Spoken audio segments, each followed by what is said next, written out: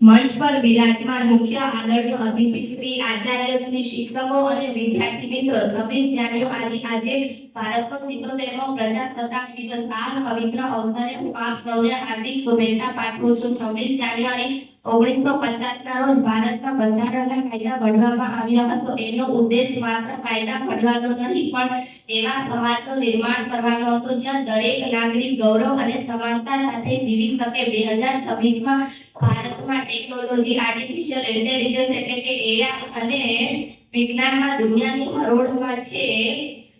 આપણે ભારતનું ભવિષ્ય છીએ। આપણે 2047માં વિકસિત ભારતના સપના સાકાર કરવાના છે। આપણી પાસે ગૂગલ છે, માહિતીનો ભંડાર છે। એટલે યાદ રાખજો કે માહિતીથી માણસ સ્માર્ટ બને છે પણ સંસ્કારોથી માણસ મહાન બને છે। આજના દિવસે આપણે નાના બે સંકલ્પો લઈ પેલું શિસ્ત, શાળા હોય કે જાહેર રસ્તો ત્યાંના નિયમોનું પાલન કરવું તે જ આપણી સાચી દેશભક્તિ છે। બીજું સેવા, માત્ર આપણા માટે જ નહીં પણ આપણા સમાજના એવા નબળા વર્ગ માટે ઉપયોગી થવું તે આપણી નૈતિક ફરજ છે। તમે કોઈ પણ ક્ષેત્રમાં જાઓ, ડોક્ટર બનો, કોઈ અધિકારી બનો કે એન્જિનિયર બનો, જો આપણામાં ઈમાનદારી અને દેશપ્રેમ હશે તો જ તમે તમારા દેશનો ઋણ અદા કરી શકશો। અંતમાં હું એટલું જ કહીશ, જેને વતન માટે લોહી ખોલતું નથી એ લોહી નહીં પણ પાણી છે, અને જે વતન માટે કામ ન આવે એ જવાની નકામી છે। અસ્તુ।